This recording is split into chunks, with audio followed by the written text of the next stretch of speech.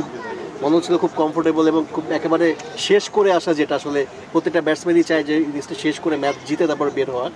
মানে সব কিছু মিলে আসলে কেমন ছিল ইনিংসটা, কতটুকু আসলে কনফিডেন্স পেলেন? না, খুবই ভালো লেগেছে। আপনি দেখেন যে এরকম একটা ম্যাচ আমাদের 4টা আর্লি উইকেট পড়ে গিয়েছিল, একটু কঠিন ছিল, একটা পার্টনারশিপ দরকার ছিল। আর এরকম ম্যাচ যদি খেলতে পারি, একটা হ্যাবিট করতে পারি, তাহলে ইন্টারন্যাশনাল ম্যাচে কাজে লাগবে। কারণ এরকম সিচুয়েশন অনেক আসবে ইন্টারন্যাশনালে, যে আমাদের কীভাবে এখানে সার্ভাইভ করতে হবে, কীভাবে ট্যাকল করতে হবে। সো এখান থেকে এই জিনিসটা শিখে যাওয়াটা খুবই ইম্পর্টেন্ট প্রত্যেকটা প্লেয়ার। এবারে ডিপিএলে অনেক ম্যাচ হচ্ছে, রান হচ্ছে, প্রচুর রান হচ্ছে। সেই ক্ষেত্রে হচ্ছে দুইটা বড় দলের এই ম্যাচটাকে আসলে লো স্কোরিং ম্যাচ বলবেন কিনা, নাকি এটাও একটা এক্সামিনেশন? দেখেন যে উইকেটটা ফার্স্টের দিকে একটু মহেশাত ছিল সকালবেলা, এবং ইবাদত খুবই ভালো বোলিং করেছে। আর আমার কাছে মনে হয় যে উইকেটটা একটু পরে বেটার হয়েছে, যখন আমরা ব্যাটিং করেছি খুবই ভালো ছিল। আর চ্যালেঞ্জ ছিল প্রথমে যারা ব্যাটিং করেছে, আর বোলাররা খুব ভালো জায়গায় বল করেছে। আর লো স্কোরিং ম্যাচ সবসময় একটু টাফ হয়। সবসময় দেখেন যে এখানে কিভাবে ব্যাটিং করতে হবে, এটা ব্যাটসম্যানের খুব মেন্টালি একটা লাগে, সাপোর্ট লাগে, যে আমি কীভাবে, অনেক সময় মারাও লাগবে না, আবার অনেক সময় ধরে উইকেট খেলতে হবে, এরকম একটা সিচুয়েশন ঘটে।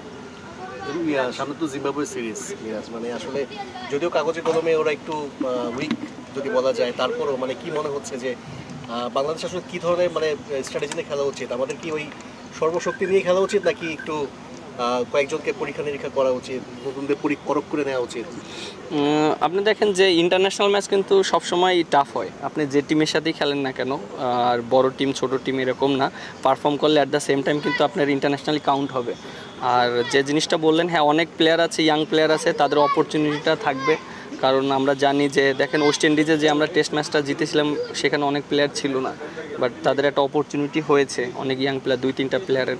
আবার হয়তো এই সিরিজেও অনেক ইয়াং প্লেয়ারদের অপরচুনিটি হবে, but at the same time তাদের পারফর্ম করাটা খুব ইম্পর্টেন্ট। কারণ আপনি দেখেন যে আমাদের মোস্ট যারা সিনিয়র প্লেয়ার, তারা কিন্তু অলরেডি রিটায়ার্ডে চলে গেছে, এবং আস্তে আস্তে দায়িত্বটা আমাদের নিতে হবে, এবং যারা আছে তাদের পারফর্ম করতে হবে। কারণ আমাদের বাংলাদেশটাকে একটা স্টেপে নিয়ে যেতে হবে, এখন সেই রেসপন্সিবিলিটি আমাদের সবার, কিভাবে আমাদের ভালো করতে হবে, এইসব সিরিজগুলোতে ভালো করে করে আমাদের বাংলাদেশের যে আমরা যেখানে ইমপ্রুভ করতে পারি, সেই জায়গাটা নিয়ে যেতে পারি। মিরাজ, লাস্ট যেটা আপনারা খেলেছিলেন সেটা হচ্ছে ওয়েস্ট ইন্ডিজে টেস্ট খেলেছিলেন, আপনি ক্যাপ্টেন ছিলেন, সেখানে আপনি দলকে জিতিয়েছিলেন। একটা লম্বা ব্রেক, কিন্তু টেস্ট খেলার জন্য আসলে যে প্রিপারেশনটা দরকার, হয়তো আমরা সেই প্রিপারেশনটা নিতে পারবো না, কারণ আমরা আসলে এই সাদা বল থেকে গিয়ে লাল বলে আবার খেলতে হবে।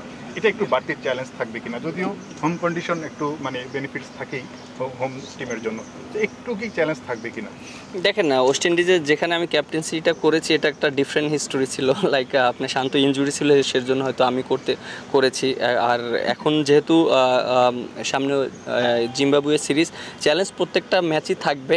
এবং যেহেতু আমরা ওয়েস্ট ইন্ডিজে খুব ভালো ক্রিকেটটা শেষ করেছি, টেস্ট ক্রিকেট, এবং কিছু প্লেয়াররা খুব ভালো ক্রিকেট খেলেছে, ডমিনেট করেছে, সো ওই কনফিডেন্টটা অবশ্যই আমার কাছে মনে হয় কাজে লাগবে যারা ওই ম্যাচগুলোতে খেলেছে। কারণ আপনি দেখেন অলমোস্ট 6 মাস পরে মনে হয় আমরা টেস্ট ক্রিকেট খেলবো, লম্বা ব্রেক ছিল। সো যারা টেস্টের ভিতরে ছিল, তারাও হয়তো মেন্টালি ওইভাবে প্রিপারেশন নিয়ে আসছে।